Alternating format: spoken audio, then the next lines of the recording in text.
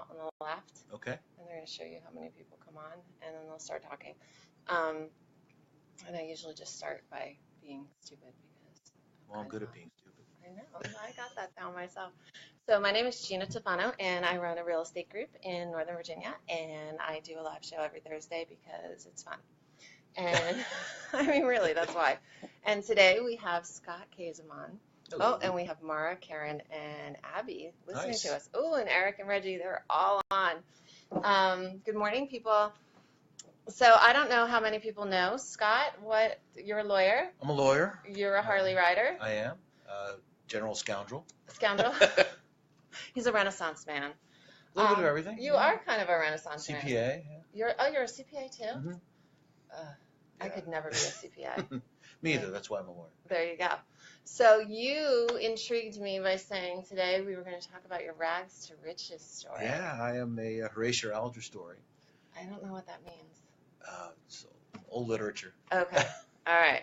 I should know, but. No, I'm a proud Head Start graduate. Okay. Grew up poor in the Bronx, food stamps, welfare, whole thing, and watched my dad pull us out of poverty. No, I've met your dad. He's kind of awesome. He is awesome. He is Mhm. awesome. Education and hard work just did it. And he's an immigrant. He says he came to the United States with $40 in his pocket and went from there. Now, is he a lawyer too? Because your No. brother's a lawyer, right? My brother's a And lawyer. then your other brother's a comedian? My other brother's a comedian in Vegas. And Well, my lawyers and comedians are kind of the same thing, right? We can be. We can be. My sister teaches over at Simpson Middle School. Okay. Yeah, so we're all local. You've all done pretty well. Doing all right. Doing all right. He just education, and it worked out for all of us. Well, you didn't start as a lawyer. What'd you start as? My plan was to start as a lawyer. Okay. And my Best laid plans. first real failure in life. I was really smart growing up Okay. in math. Okay. Couldn't speak the English language. Really? I mean, English is my first language. I was born in the United States. Right. But grammar was horrible. I grew up in the streets. So you weren't well read. I You wasn't, had all no. the slang down. Yeah. You'd have to use Urban Dictionary to talk to you, correct? Pretty much, Okay. if it existed back then. Okay. So All right. who's on there now? Well, we have Susie, we have All Jackie, we have a whole bunch of people watching. Nice. But so I remember on the SAT, I got almost a perfect score on the math. Uh-huh. And I think they give you 200 points for signing your name on the English. Uh-oh. I didn't get much more than that. I got like 400 points or something. Really? Yeah. So it was serious. Oh, yeah. Okay. Yeah, I got a D in senior English in high school. Okay, almost didn't graduate. And, Well, you need English to I, graduate. I took summer school, Okay. and I found it easier. And that's in summer school. I graduated 2 years early because I hated high school. Okay. I got hurt playing football. Couldn't play football anymore, so just wanted to get out of there. Okay. This is all in the Bronx. By that time, we were in Staten Island. Okay. Long story, my sister got abducted in the Bronx. And You obviously got her back. we did. I was with her. And it was just a crazy guy in the neighborhood. I ran home, got dad. I never knew what a badass my dad was. Until you got older. Until I got older. But he very calmly grabs a hatchet, goes to this How guy's old were you? apartment. I was in 7th grade. So Okay. maybe 12. Okay. And How old was your sister? 6 or 7. Oh, shit. Okay. So my dad and I run to his apartment. My dad chops the door down with the hatchet.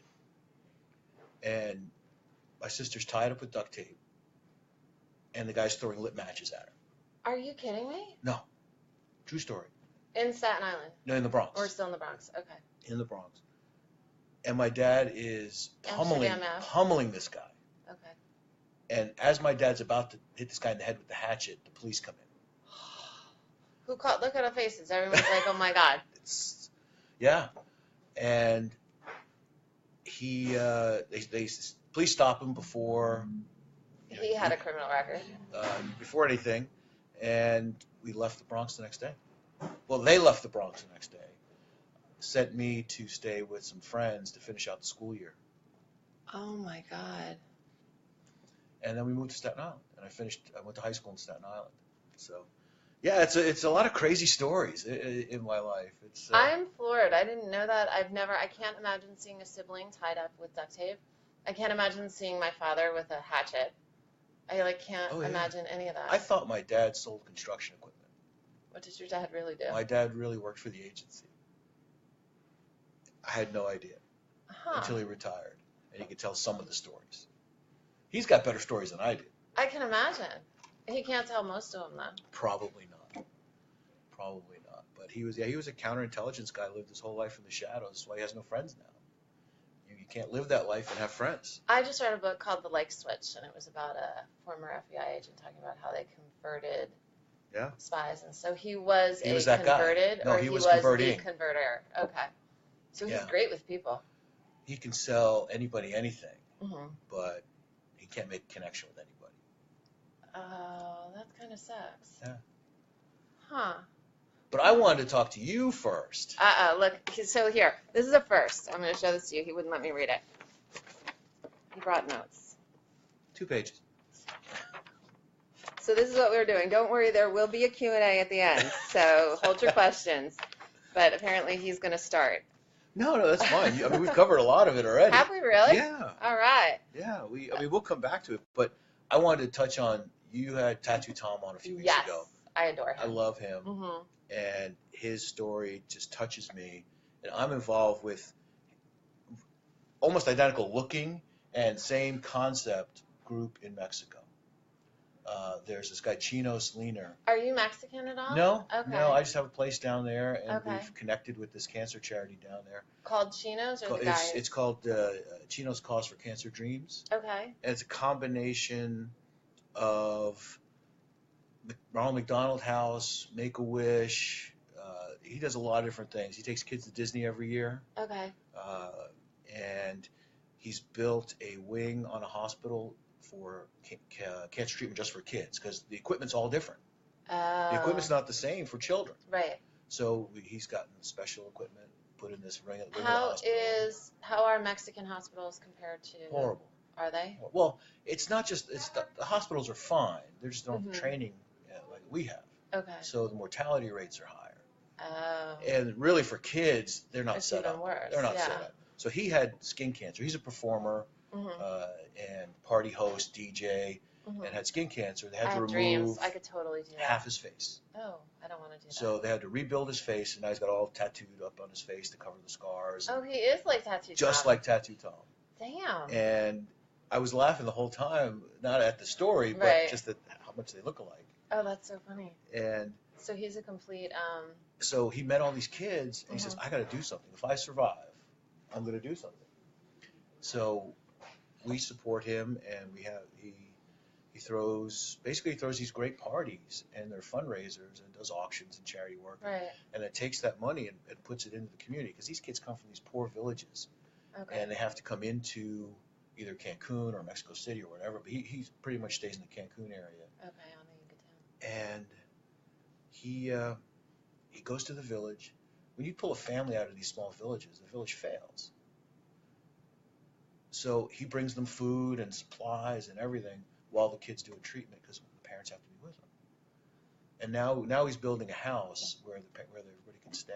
Like a Ronald McDonald House. Ronald McDonald House, yeah. That's amazing. Well, I am donating. So on the 3rd anniversary of my 42nd birthday. You're still young. We're staying 42. I am cool with that. Until I get it right. I'm going to keep being 42 until I get 42 right.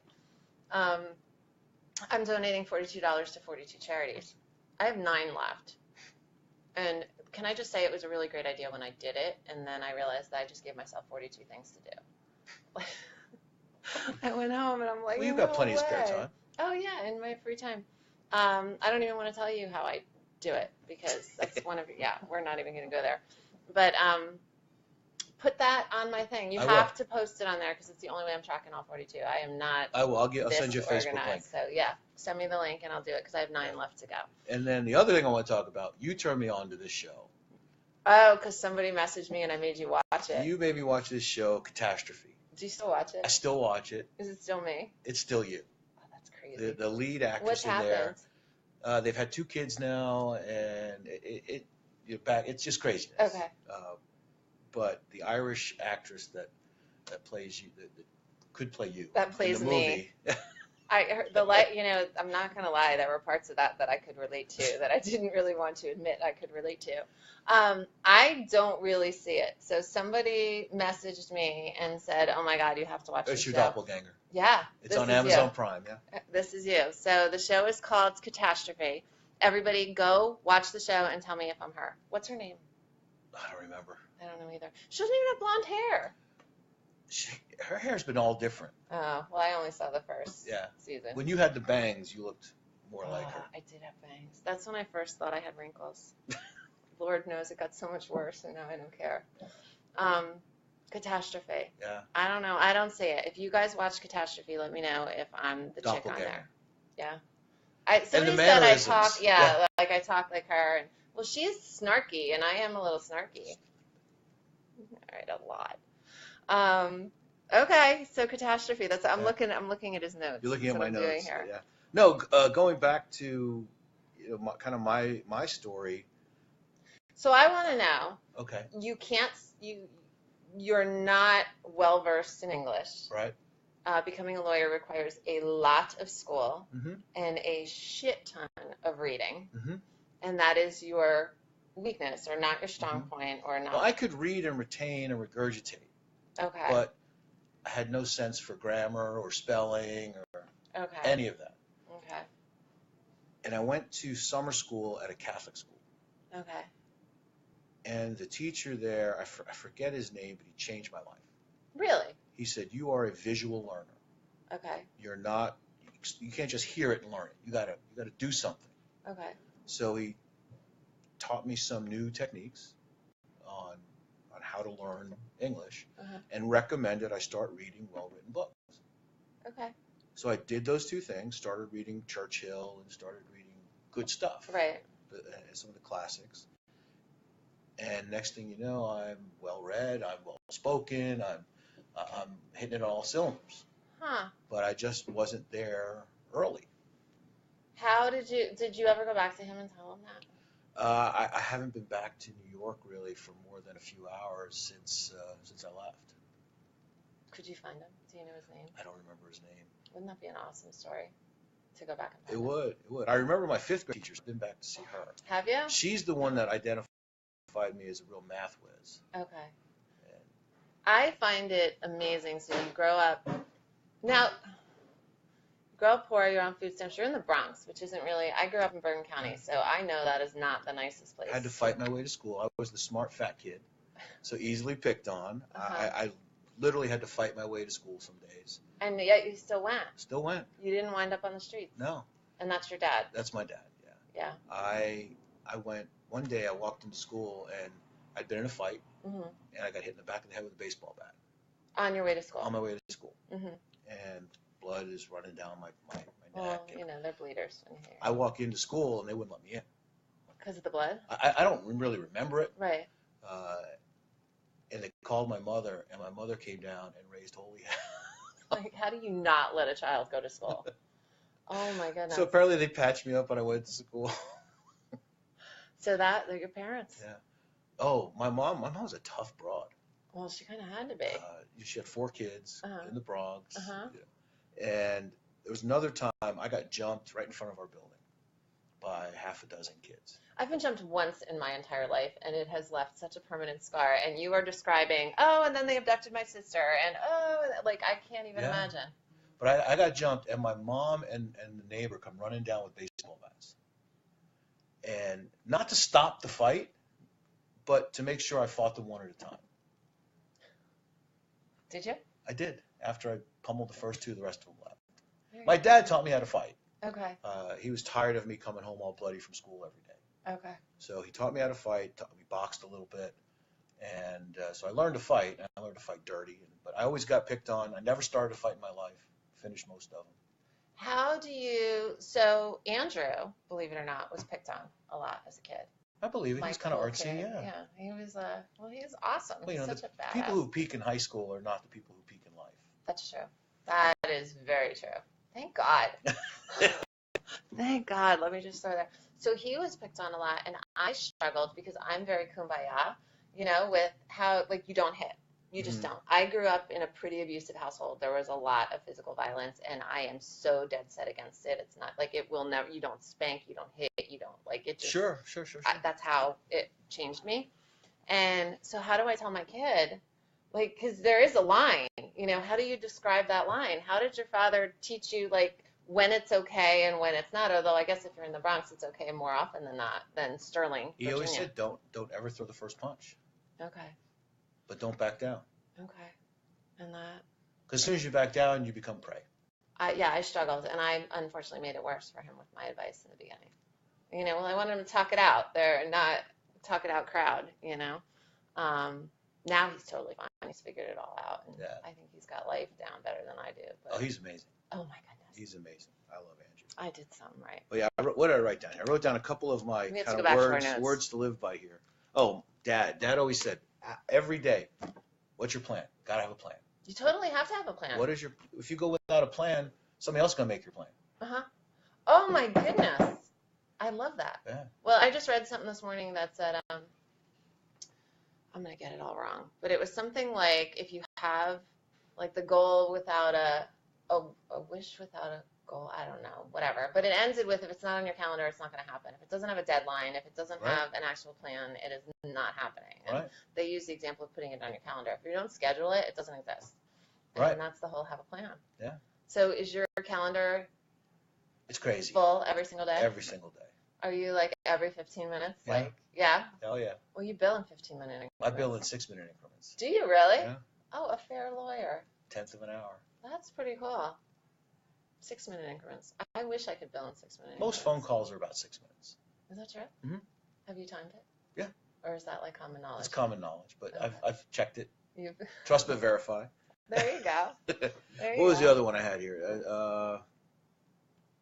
This is one that I picked up from a book along the way, and it applies to everything. Okay. It is, don't focus on the problem, focus on the solution to the problem. Mm-hmm.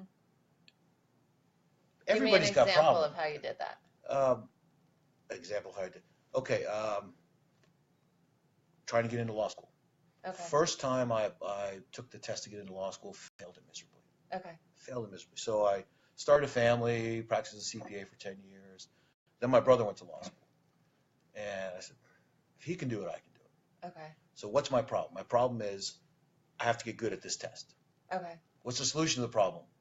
Find somebody who's good at it and learn from them. Always. Find an expert and listen to the expert's advice. So what'd you do? So I went to an expert. How'd you And, find an expert? I researched. We didn't have the internet then, but I know, isn't life hard without the internet? yeah, I just It's asked so much around. easier now. Just asked around. I wound up going to law school with him.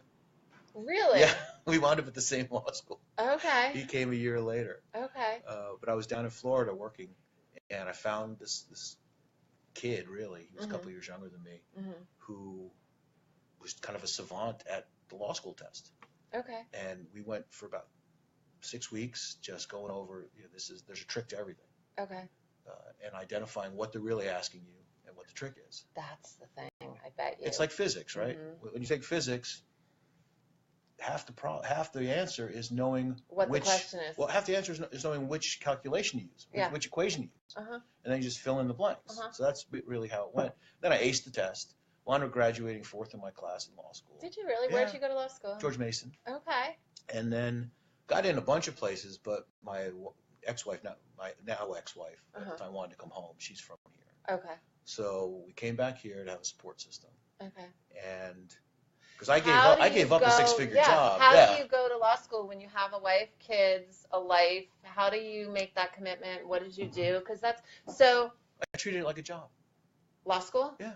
How'd you pay the bills? How'd you keep the lights on? Luckily, I had done well, Mm-hmm. saved some money, Mm-hmm. had some good investments, Mm-hmm. and I had a consulting company on the side where I was writing business plans for internet startups, and that was generating a lot of income. Okay. So I was doing well, Okay. treated law school like a job, spent 8 to 10 hours a day on law school, either Right. class or studying, and then family time. Okay. So You just chunked it down and Yeah. wrote it down and did it. just treated it like a job. How old were your kids then? My daughter was 3rd grade or second grade or third grade when I graduated. Okay. Oh, Yeah. so She was young, yeah. yeah. Now she's heading to medical school next week. I know. Isn't that awesome? And on first try, like this is, No, right? her second try. Second try. First try, she didn't get in. Kind of same story. Okay. So she went, I explained to her my story, so she found an expert, So she trained for didn't the take test. 10 years off in the middle to do She- some she- soul-sucking CPA work. No, the reason she didn't get in, they told her application stand out. Okay. You aren't interesting enough. Okay. So she spent 2 years becoming Getting interesting. interesting. That's pretty.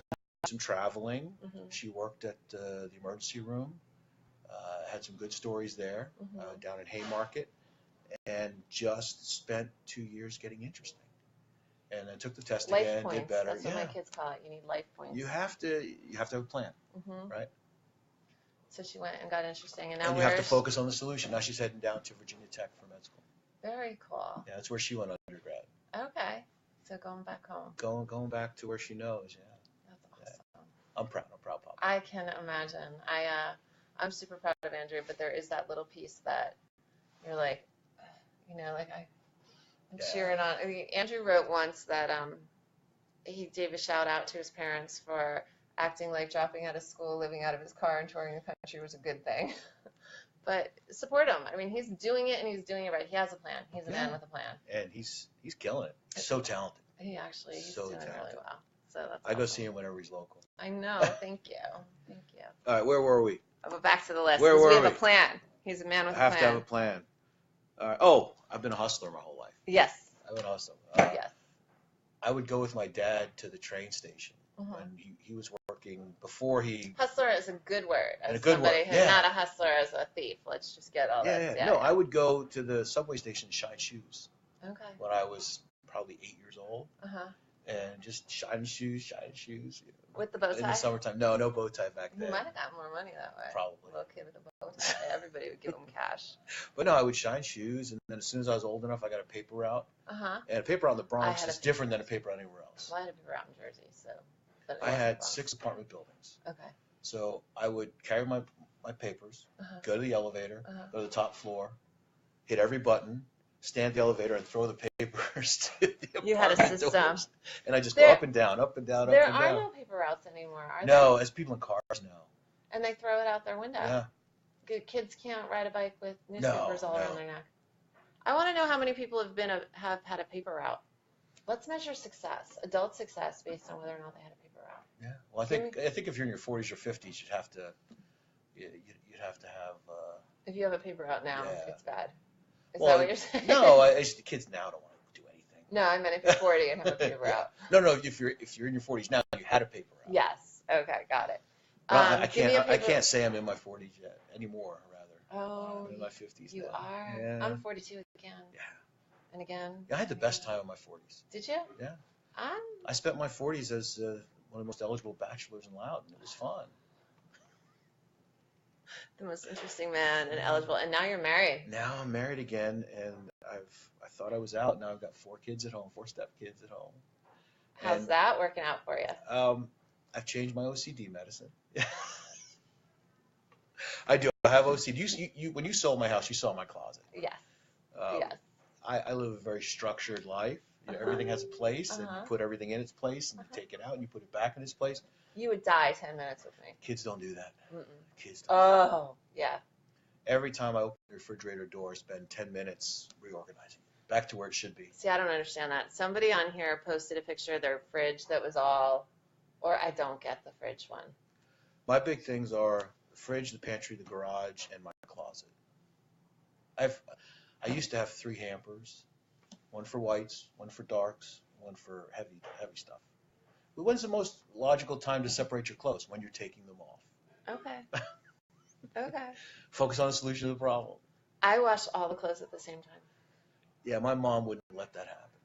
Yeah. My mom made sure I could cook, made sure I could do the laundry, made sure I got a grocery shop. She says, "You're not going to do to some woman what your dad's done to me." It takes a lot of care and feeding to train a man. I'm not going to lie. That's really hard. I'm a good cook. Yeah? Yeah. What's your favorite meal to cook? Well, I'll tell you what Joy said to me. She said even if, well, how did she put it? This is in her vows. Oh, in the ceremony. In the ceremony. We Okay. just got married Memorial Day I weekend. know. I'm still a little mad I wasn't there, but that's okay. It was real small. We had a moon bounce at the wedding. I mean, No, it was I'm mostly really kids. mad Yeah. I wasn't there. It was 40 people, all family, real small. And she said, I would have pursued you just for your matzo ball soup. In her vows. In her vows. Aww, no, that's love. I love that show. I think that's on Catastrophe. We have to talk to them at the end. We will. We have to Q&A. We will. What else are we talking about? Oh, I had the paper out, and every time my mom would send me to the store, I'd go through our whole building to all the old people and ask them if they needed anything. And didn't ask them to pay me, but they always gave me $1, gave me 50 cents, whatever. Right. But I was always doing something because we didn't get an allowance. Right. You had to hustle. I didn't get an allowance Yeah. either. I had a paper out. What else did I do? I would buy pens in bulk and sell them at school, or pencils to people who forgot them. Oh, you're brilliant. I just always had a hustle going. You have to.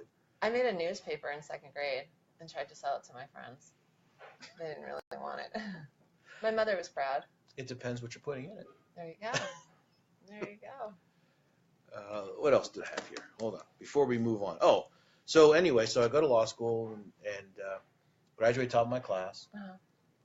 Went to White Shoe Firm, one of the top firms in D.C. Okay.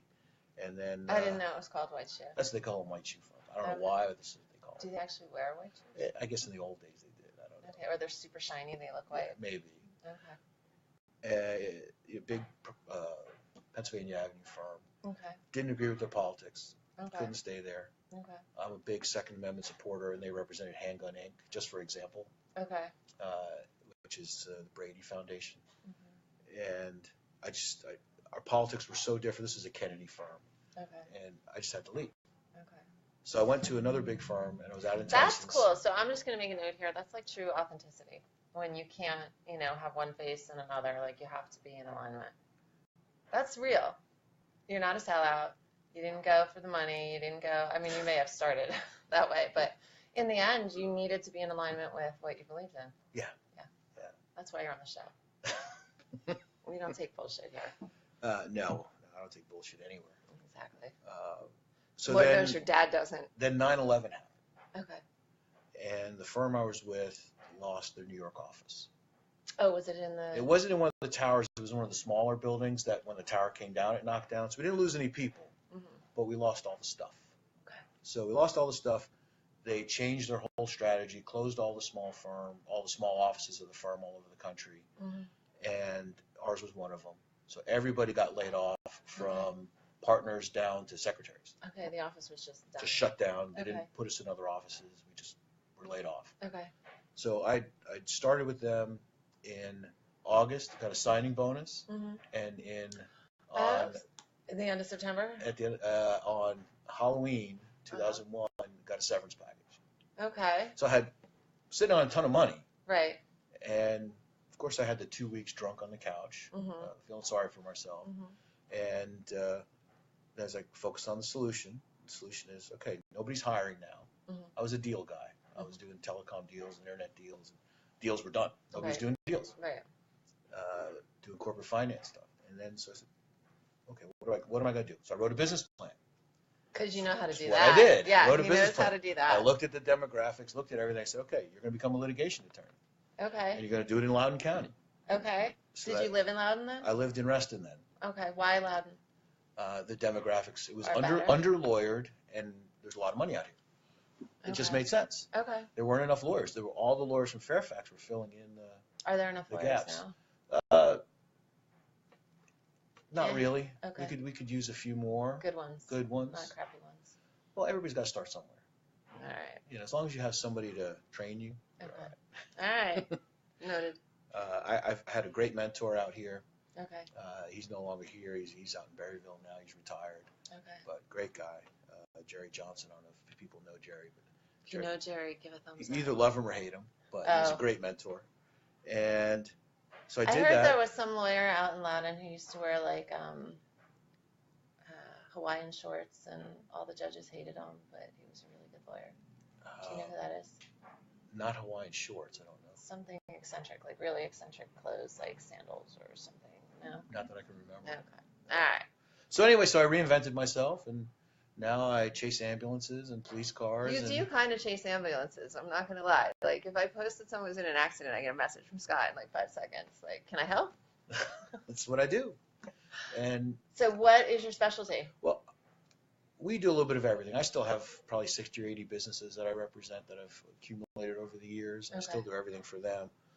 But what I really enjoy is having that emotional and one-on-one connection with my clients. So I find that dealing with people in their most stressful times, you can really help them through it. So that's really criminal stuff. Okay. Somebody gets a DUI or somebody gets a speeding ticket or reckless driving or possession of drugs. Or, we don't just help them with their legal stuff. We really try and help them. Okay. Get them the help they need. So how do you do that? I heard a TED talk about this. I want to see if Well, again, it's more holding up the mirror. And most people don't like what they see. No. So you hold up the mirror and say, what do you really see? Not literally hold up the mirror, but I know. Here's what I see. For example, I had a kid come in one time. I've represented his dad's company forever. And he was arrested for marijuana. How old? He was in high school. Okay. And I sit him in my office. His dad's there. I said, you mind if your dad sits with us while we have this conversation? He goes, no, it's okay. I've told him everything. I said, I don't want to talk about the case. I want to talk about you. What's your plan? He goes, what do you mean? I said, what is your plan? You're a senior in high school. You got a few choices. You can go for more school. You can go to work. You can go to some military or service. Or you can be a bum and lay on your parents' couch and smoke weed all day.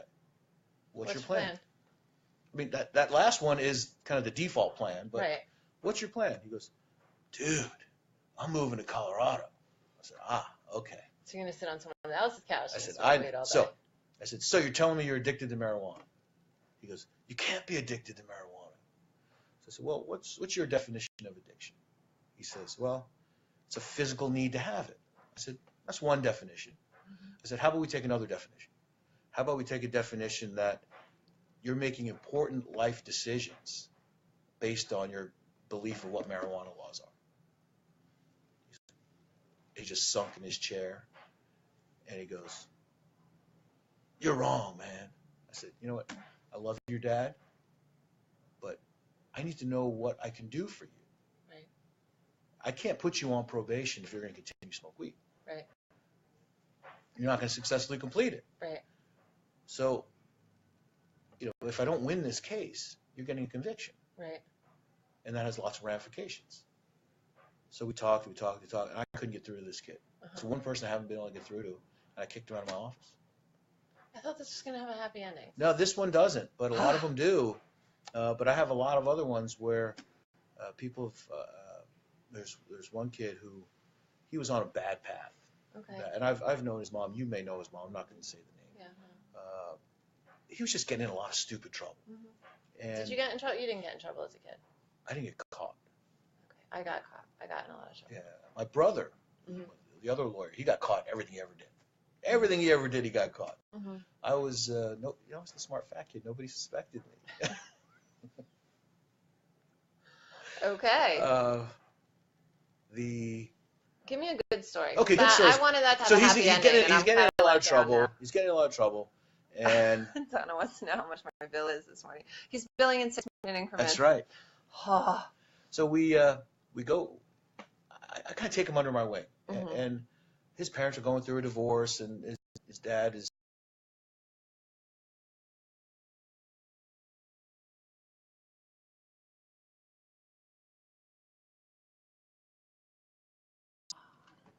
Here we go. All right, so dad's super rich. His idea is to throw money at the problem. Okay. So I just talk to this kid. I go through all the same stuff. What's your plan? What are you going to do? How are you going to do it? And he went from being kicked out of every private school to going to college for a while. Decided college wasn't for him. Went to work for his dad's company, but started at the bottom as a laborer. Okay. And worked with the with the immigrants, and he was a laborer. Okay. Carrying bricks and doing all that. Sweating all day. And worked his way up. Now he's a crane operator, and he's doing great. Now he owns a crane company, and he's just He really turned his life around, and he called me one time. He said, Scott, I never would have done, my life would have been just aimless if I hadn't met you. So I'm kind of a firm believer that what happens, we all do stupid stuff as a kid. Like, I've seen a whole bunch of TED Talks. I can't even figure out which one this is from, but there was one where they're like, everyone in the audience who's, pick one, who smoked weed, because that's your example. Everyone in this audience who smoked weed in their life, raise their hand. Like, the whole audience. Sure. 90% of the audience raises their hand. Everyone who got caught, raise your hand. There's like, maybe half the audience that raises their hand. Okay, anyone who was convicted raised their hand. And it gets smaller and smaller and smaller. Anyone have any, whatever. Sure. Who's left, how many felons are in the room? There's like 2 hands that are raised. But you started with every single person. And he's like, what's the difference? Yeah, exactly. What's the difference? Why did that happen? Why did this happen? And what could we have done along the way to help? Because in the end, you're all people sitting in the audience trying, you're at a freaking TED Talk, Sure. like, you're not the dregs of society. You've gone on to have a pretty decent life and whatever, but why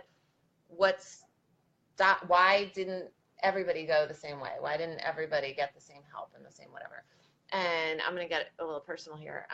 So I was in like 12 high schools. I was constantly kicked out. I have a thing against authority. I grew up in kind of a messy household. So when, and I followed all the rules. I mean, I was the straight A, perfect kid, did everything I was supposed to do. And then one day I'm like, this is bullshit, because I'm following all these rules and everything still sucks. And so I just went, like, it was a conscious decision one day. I'm going to go break every single rule and see what happens, And like, it was a conscious, I don't know if many people, I remember the day clear as a bell that I decided, okay, F this, we're trying the other way. And I mean, I guess you could say it worked, because it got me out of the cycle.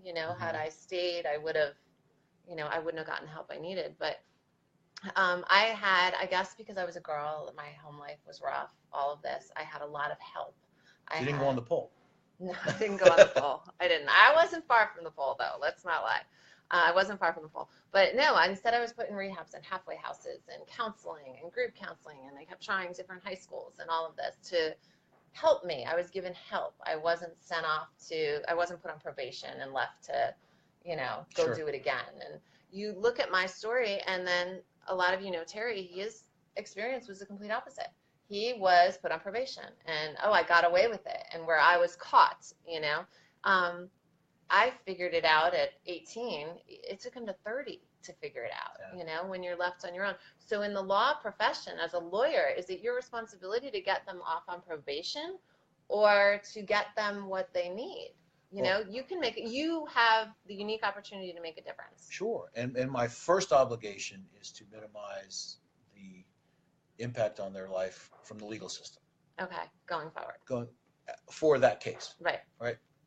How am I going to fix this case for them? Okay. But if I don't help fix them, it, yeah, they're just going to come back and come back and come back. Because it's your responsibility to society, to, Right.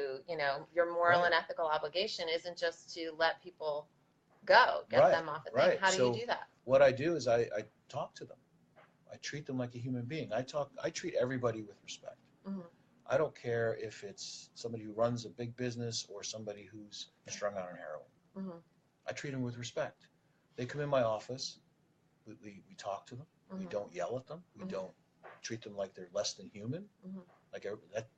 And we try and help them get to what's the root cause of this. Mm-hmm. And for a lot of people, it started with they had an injury and they started taking Vicodin or Percocet and led them down this road. If you have an addictive personality, you have an addictive personality. And they need to deal with it. Right. So I've got a circle of different levels of counselors, treatment options, that we can refer them to. Mm-hmm. I can't tell them to do anything, can't Right. make them go. Right. But if they want help, we'll help them get them help. So you sent that kid away because you didn't want to just give him. He wasn't ready. Right. How many do you send away? Very few. Most will. Very few. I have the luxury because my name's on the door Mm-hmm. to take a case or not take a case. Right. If somebody comes in and they're just a total jerk and they're going 100 miles an hour down the Greenway and they're just like, oh yeah, you got to get me off of this. The Right. cop was a jerk. But leave. Okay. Leave. I don't need your money. Okay. And I love that. And I don't need to make all my money from one client. Mm-hmm. I don't You have to go to overcharge sleep at people. night. Yeah, I do a lot of shaving, so I look in the mirror quite a bit, and I gotta like the person looking back at me. Right. And I've looked into the abyss myself. Uh-huh. I think we talked about this. I was in a coma for 3 days in 2005. I had an aneurysm blowout, Will you guys hear this? and it was in my intestine, and I just This is as you're a CPI. no, I was already a lawyer, Oh, okay. and I'd been a lawyer for a while at that point, and I'd already moved out to Loudoun, Okay. and I was just feeling bad, feeling not myself. So I just have the flu. Called my doctor. Is it an emergency? No. All right, come in. I think I started feeling bad on Saturday. I called the doctor on Tuesday. They said come in Thursday. I walked into his office and they sent me right to the ER. Mm-hmm. And I walked into the ER. First, I convinced the doctor to let me drive myself to the ER. I can be persuasive. He's a good lawyer. I can be persuasive. So I drive myself to the ER, park the car, walk in. He gave me a note and he called ahead. Okay. And they looked at me, how'd you get here? I said, I drove. And it's the last thing I remember. Apparently I collapsed. And next thing I know, I'm in a trauma room, mm-hmm. and I'm out again. Okay. So I had lost more than half my blood. Didn't realize it. Now I clearly know the symptoms, but then I didn't realize it. And I woke up 3 days later as they were wheeling me into surgery to fix it. And all I remember is life is short. Right now, you're not happy. You need to make some changes. This is what sent you on your motorcycle ride. No, not really. It's what set me on my divorce, first of all. But my ex-wife and I are still friends. Mm-hmm. We're all good. But on the same weekend, my former law partner was having open heart surgery. Mm-hmm. My wife at the time was having cancer surgery. And my daughter was visiting her grandmother in California and was hit by a drunk driver. And she didn't tell us for a couple of days. And once all that came together, my blood pressure just shot through the roof and blew a gasket. And now people ask me, how can you represent drunk drivers if your daughter was hit by a drunk driver? Yeah. And it's like any criminal case. For me, it's about the Constitution. But that's a different story. Okay, yeah. So I came out of that changed. Mm-hmm. I didn't have a near-death experience or anything. I had 3 days of sleep to kind of reflect on everything. Mm-hmm. And I made some serious life changes and realized that I didn't need to be a workaholic. I needed to have a work-life balance. Mm-hmm. And I needed to focus on my clients more and not necessarily the number of clients. Not the trend. Right. Yeah, I hear you. So I did all that and then waited. I did not leave my wife while she was going through cancer. She mm-hmm. was cured. And she's been cancer-free for 12 years now. That's awesome. So that's all good. And my daughter was fine, and my former partner is fine. Everybody's fine. Right. But then, yeah, I eventually got back into motorcycling mm-hmm. and spent a lot of time alone, just riding my motorcycle. And it was awesome. You were talking about my trip across country. Uh-huh. Yeah. That was in 2013. Okay. Oh, so that wasn't that long ago. No, okay. That was 2013. I took a month off, mm-hmm. and it was right before I was moving my daughter back to college for, I guess, her junior year. Mm-hmm. And I just took off, and alone. How often would you like to just get on a motorcycle and drive all the way across country? Just alone. I had a week. Except for when it rains. I had a week in Sturgis uh-huh. that I had planned. Other than that, I had no plan. Okay. So I stopped off, visited friends all over the country. Mm-hmm. I tented in farmers' fields. Yeah. Oh, that's crazy. Andrew would sleep in Walmart parking lots if he could find nothing else. Yeah. Well, he had a car, but. I would down by a river just set up a tent and mm-hmm. with a 45 under my pillow and just in case. Always have a plan. And it was a wonderful thing. When the weather was bad, I would get a hotel room. Uh-huh. But other than that, I was in the elements. And so what changed you more, that trip or the coma? Both, but in different ways. Okay. That trip, especially riding out in the Mountain West, mm-hmm. gave me a a sense that there is something bigger than me out there. Perspective. Yeah. I felt very small, mm-hmm. and that I was self-reliant. I was coming out one time. I was coming out of the Grand Tetons, and my transmission went out. Okay. So I go to downshift, and I can't downshift. So I'm going through these curves with no. On a motorcycle. On a This motorcycle. is not a car. Okay. So I finally get to the bottom, mm-hmm. wipe the sweat off, Right. figure out what's going on. Uh-huh. So I had enough tools with me to kind of get it running again. Okay. And got it fourth gear.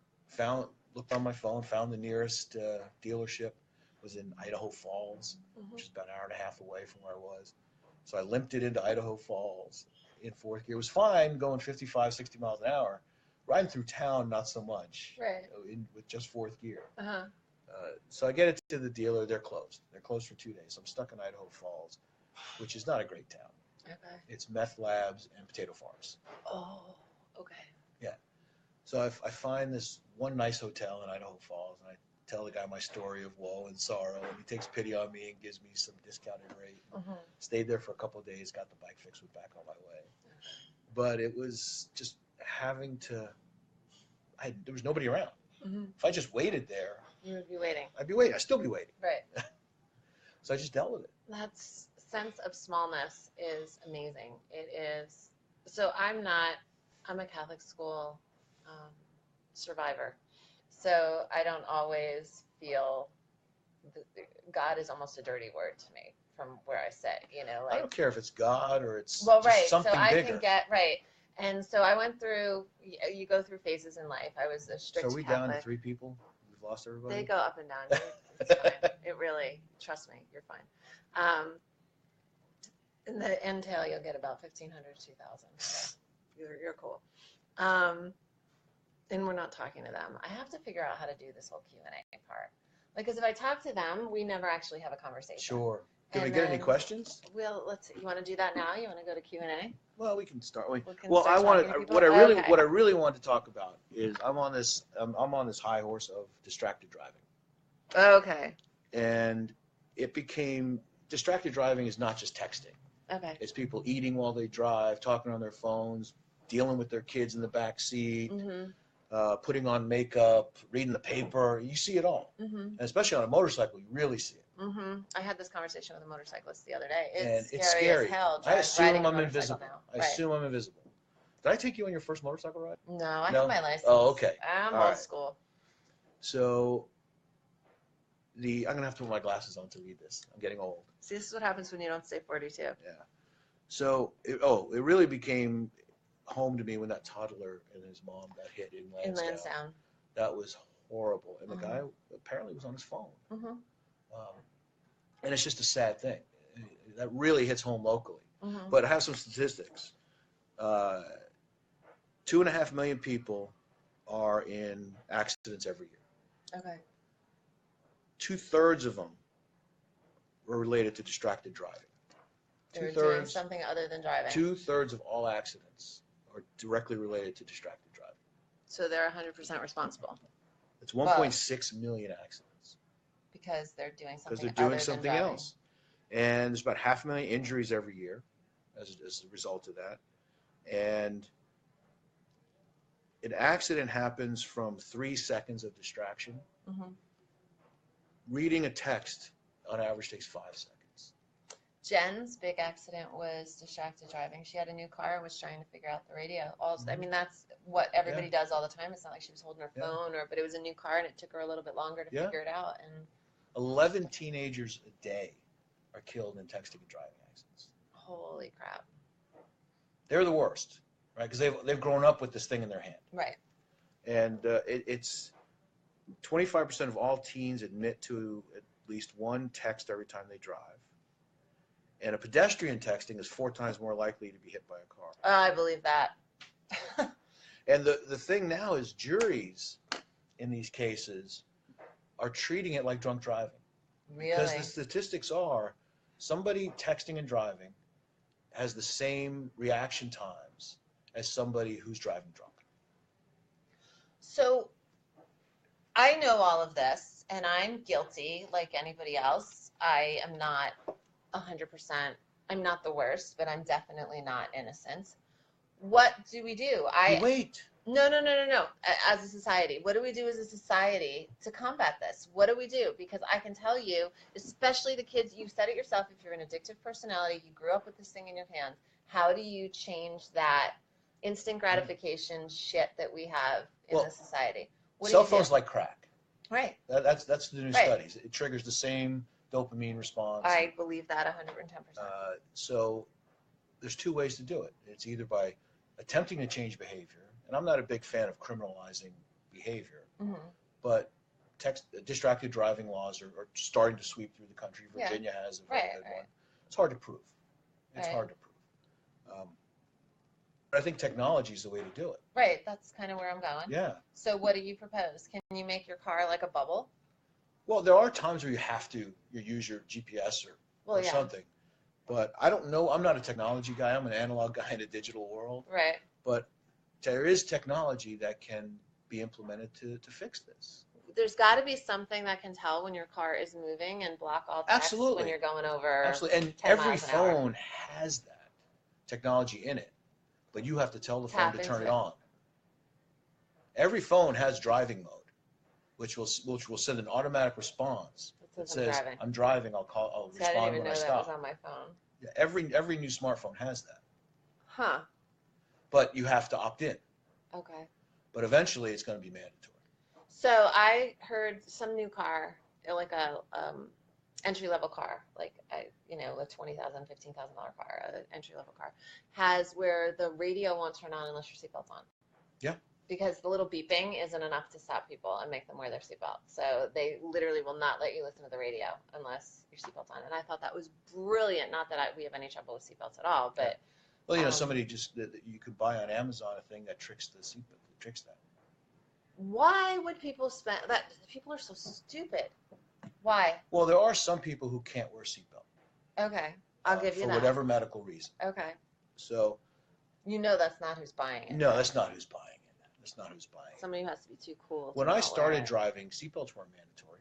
I know they weren't when I was. Some cars only had a lap belt. Not when I was driving, but some cars only had a lap belt. You didn't have a shoulder belt. No. First car I had didn't have a shoulder belt. No, well, we sat in I had a shoulder belt. I had my first car. Had the automatic seatbelt that would go like this, and I had to put the lap belt on, but I never did because I had the automatic one. It would. Yeah, that was my car. But I remember learning to wear a seatbelt. Yeah. Like I was probably 10 or 12 or something, and my parents were like, "Okay, we wear a seatbelt." Well, actually, it was friends of the family who did it. My parents didn't, and anytime you went with them, you had to wear your seatbelt, and it just sort of grabbed it, My mom had the big roast beef arm that would come over. Yes. Well, we had the old station wagon with the wood paneling, and we'd roll around in the back. Yeah, we'd roll around in the back. The rear-facing seat? That was the best seat. How did any of us survive, right? My eye. Oh, you okay? Yeah. It's just itchy. Like there's something there. Okay.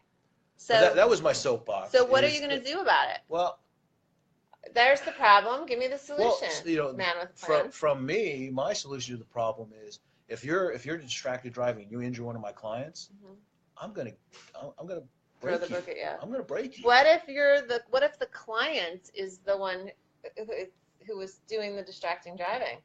What if someone comes to you and says, "Oh my God, I got this ticket. I got in this accident. I blah blah blah blah, and I was texting. You got to get me off." What are you gonna do? It hasn't happened yet. It's a moral dilemma for me. What would you do? Would you try to fix them? Well, I would, if they wouldn't be willing to listen, at least, to my soapbox speech and change, maybe change their behavior. At least offer to try and change their behavior. Isn't it like impossible? I don't know. To change behavior? You just told me you did. I know. It seems, I guess for other people, we can change ours. But the fabric of me is still the same. Sure. Like you will always be OCD. I will never understand that. I will always be addictive. I always. And it's a matter of finding balance. Good things to be addicted to, as opposed to, finding the balance, recognizing it, kind of embrace. I can't deny it. I will always be that way. It has its pluses. Sure. I can do really well in business. I get addicted to something good. It's awesome. Like I hiked the Grand Canyon. That's great, I get addicted to cookies, and it's bad. But, you know, like your OCD is great. You know where everything is at all times, but I'm sure. If you ask me any tool, I can tell you exactly where it is in my toolbox, you know? Okay, yeah, mine is. It's either in the garage or the shed. Um, so it has its pluses, but on the other side, you're sweating stuff that I'm not, you know? Like I don't sweat if somebody doesn't put, I get mad if it's not back in the garage. Like it has to be close, you know, but I don't care if it's in the same spot per se, but it does have to be close. You know, it has to, I have to be able to find it when I get there. Um, there's pluses and minuses. So people, I think their wiring doesn't change. So, No, but behaviors can change. okay. How do we get them to I think people are inherently good. I used to think that. I'm not so sure No, anymore. I think they are No, inherently I'm getting good. jaded. I think There there really are few, shitty people. very few sociopaths out there. You just may be attracting them. I don't know. But They say you attract who you are. What are you saying? I don't know. Hmm. Are there dead kittens under your house? Not that I know of. You set fires? No, Still as a wet the kid I bed? did. Did you you? set fires as No. a kid? Not like house fires, but I used to burn things in the bathtub. Is this weird? That's weird. Those are the key indicators Really? that you harm pets. I didn't harm any pets. You Ever. set fires and you wet the bed. Those are the key indicators of a sociopath in a child, of a future sociopath. I didn't know this. I did set fires a lot. I don't think I wet the bed. I don't remember wetting the bed, so I must have outgrown that at a normal time. Kind of high up on the dark triad, huh? Huh. I don't hurt animals at all. Narcissistic personality. Yeah. I'm not that narcissistic. I'm not a psychologist. I think I have a health. Look at me. I'm all freaking out because I set fires. I used to set a lot of fires in the controlled fires, but I used to just like to watch them burn. Is that the sociopath part? Yeah. Shit. I used to take all the magazines and like the old newspapers and put them in a big cast iron. Not me, huh? No, we had a big cast. We didn't have a fireplace, if that, in my defense. Okay. I used to watch them burn in the bathtub. All right. I can see now. I did it a lot, like enough that it. You didn't hurt animals, though. Never. Okay. That's a Never. bigger one. And I don't remember wetting the bed. Okay. But I did set fires. You know what I'm Googling all afternoon. Like only one person's watching, thank God. Who's still on? I don't know. There's more. Like this number's not Lori's exactly on accurate. How do you know Lori? Oh, you know Lori. Lori helped me buy my house. Duh. Yeah. I'm like, she used to work with me. Yeah. Yeah. Okay. Yes, Lori. He doesn't live there anymore, but he was very happy and earned an 8% return. We did well. You did well. We did well. Yeah. Yeah. I ruined the neighborhood when I bought it and fixed the neighborhood when I sold it. They were happy that you left. Yeah. No, I'm still friends with everybody in the No, neighborhood. you had an amazing location. Like the pool one way, Starbucks the other. I could walk to everything. I'd come home at night, park the car, and walk to everywhere. Mm-hmm. Walk to the grocery store. No, that's walk amazing. Walk to the That cleaners. doesn't happen anymore.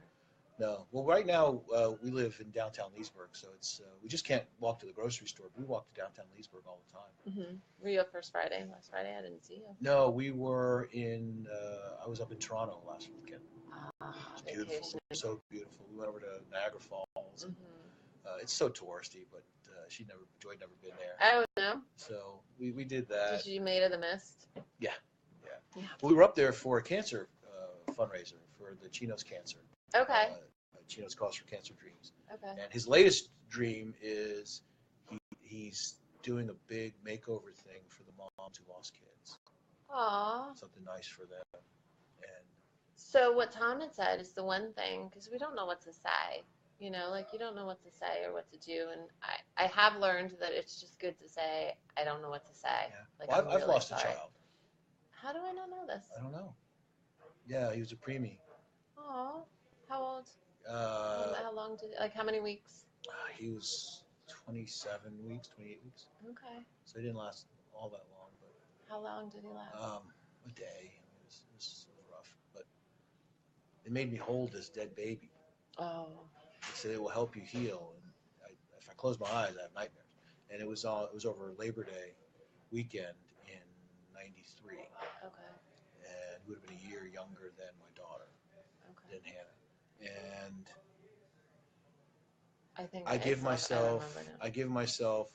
Labor Day every year to mourn, Mhm. and I compartmentalize it. Mhm. And I have one day where I feel sad about it, Mm-hmm. and I've just compartmentalized it that way. Mm-hmm. That's the only way I know how to do it. The tattoo of the heart is my. I had a miscarriage, so it's my 3 babies. Yeah. Can we see that? I don't know. There it is. And 1, 2, 3. And the heart is a miscarriage, but Yeah. Now, we went through a lot of those. I had. That's the only one. No, my ex had no problem getting pregnant. It was staying pregnant. Was the hard pregnant. problem. She was 1 for 7. Oh, I have 3 for 4. Oh my goodness. I think she was pregnant almost the whole time we were married. Oh my goodness. That's hard. So what do you say then? Because I was going to say, Tom gave me a great thing to say. What did he say? He said, ask them to talk about the kid. What were they like? Just say, what were they like? And because parents are always what worried was they're their going to. name? Right. Just tell me more. Right. What was their name? Okay. So what was his name? His name was Robert. Robert. Did you bury him? We donated him. Oh, that's kind of awesome. So they were able to harvest some stuff. That's kind of awesome. Yeah. And so Robert what? Robert Edward. Robert After Edward. my dad and her dad. Oh, Or who's her the? dad. Robert is her dad. Edward is my dad. Okay. That's awesome. Yeah. Sorry. No, it's like I said, I give myself one day. It's not that day. Okay. Robert. I need other questions because this question I can't say what was he like because Didn't really get to know him. no, it's kind of sad. He was all purple and preemies are purple and gross. Super tiny. Well, he was just over a pound. Oh my goodness! Did he And- fit in your hand? Not much bigger. I mean, he was probably about, I don't know, 10 inches, 12 Okay. inches. But preemies have no fat, so when they're born, they just get all bruised up. Oh. So they look like they were thrown against a wall. Oh, I didn't know that. The skin is really thin too, right? Right. So you can see it. Oh, I guess that's the no fat thing too. If there's nothing underneath it. Yeah. Oh. Let's Do end you on have hair? full head of hair. There you go. Full head of hair. See, I got something good. Yeah. Okay, let's switch. Let's switch to How something. much? Oh, we're over an hour already. Oh. Get your book out. My book. Yeah, we My went book too long. is- Everybody went back to work. Oh, did they? Yeah. I hope they serve beer in hell. Tucker Max. It kind That of could be your invented Thursday. the genre of fratire, Fratire? I don't know what that is. like satire, but for frat boys. Okay. Were you a frat boy? I was. I have a whole list of things now. Okay. I was a frat boy. I was a singer in a band. Okay. I sang my whole life. Sang and played music my whole life. Okay. But yeah, I read this book on an airplane, and I Okay. couldn't read it fast enough. And I'm in this airplane, and I'm laughing like a mental patient. Okay. And the whole plane's looking at me, but I couldn't help myself. So what is so great about it? It's just real. It's Okay. his real stories. It started out as his blog Okay. that he eventually pulled together into a book. Okay. And he's a jerk. He's a Okay. true a-hole. Okay. I don't recommend anybody try and be like him, Okay. but his stories are great. Okay. So they're funny, like party stories. Funny party stories. There's a little misogyny in there, but you just got to take it with a grain of salt. He was a Duke law student, and he's the reason why law schools now have an attendance policy. Because in law school, you have one test at the end of the semester, and your whole Okay. grade is based on that one test. Okay. So if you're a good self-studier, you don't need to go to class. Okay. But now enough people did that. He was a bartender in Cancun while he was in law school. In law school. And he would just study and do it himself. Uh-huh. And he showed up for the test and passed it. Oh. And never was even at the school. Right. He didn't Okay. care if he was the top of his class. He Right. didn't want to be there. His dad made him go. So So he gamed it. yeah. Is he an active lawyer, a practicing lawyer? No, he did that for a while. Now he's a publisher. Oh. He publishes other people that do similar type stuff. Huh. Okay. Well, Tucker Max. Yeah. So his second book was Assholes Finish First. He really is an asshole. He really is. So why are we reading this? Why do we think Because this it is awesome? just hilarious, and it's almost a cautionary tale about how not to do things. Okay. But- What you don't want to be like? You don't want to be like him. He kind of was lucky through this, Okay. but they're funny stories. Okay. Like, and he's honest to the point where he tells you how people reacted to him. Okay. Some woman put, He's the guy whose car gets keyed, he's the guy whose house gets set on fire. especially if you like fire. Yeah. No, he's he's the guy who, but he's honest about it. You know, going in, Mm-hmm. he'll say, "Listen, this is Is he a whatever." sociopath? He's either sociopath or psychopath. Absolutely. He's got a Yeah. okay. Absolutely. In our unofficial opinion. Yeah. Okay, so if you're interested in reading, all you have to do is like or comment, and you get a shot of reading. I hope they serve beer in hell, and how I have an not upper to be a management sociopath. position waiting for me in hell. Do you? Yeah. All my friends are going to be Do you there. want line cut passes? Yes, please. Right to the front. I always think I'm reserving my seat. All my friends will be there. It's fine. You can't. You want to hear my little twisted thing? We're over an hour, but my little twisted thing. Heaven is hell, and hell is heaven. Okay. Do you like the Sure. people who go to heaven because they did everything right? Like that world is so awful to not be allowed to make mistakes and not be allowed to grow and not be, and just follow the rules and do all of that. Mm-hmm. Heaven's not heaven. That's like hell. That's where you never get to make a mistake and you never, if you don't go to confession, you're gonna go to hell. Well, that's religion. That's different than spirituality. Wow. Yes, but so I'm Catholic. Reformed Catholic schoolgirl. Like it's hard. I didn't grow up with religion. Okay. I grew up a heathen. So my dad was Muslim, my mom was Jewish, so we didn't have a lot of religion in the house. Okay. We were exposed to all of it. Right. And my grandfather was raised in a Catholic orphanage. Okay. So oh my goodness. We had Christmas, Hanukkah, and Nowruz. You were a little everything. Yeah. Okay. We were exposed to all of it. None of it really took. Now what do you celebrate? Christmas. Okay. Christmas. Especially since Mom passed away, we still did a lot of the Jewish traditions with her. Mm-hmm. I learned how to make matzo ball soup. Obviously.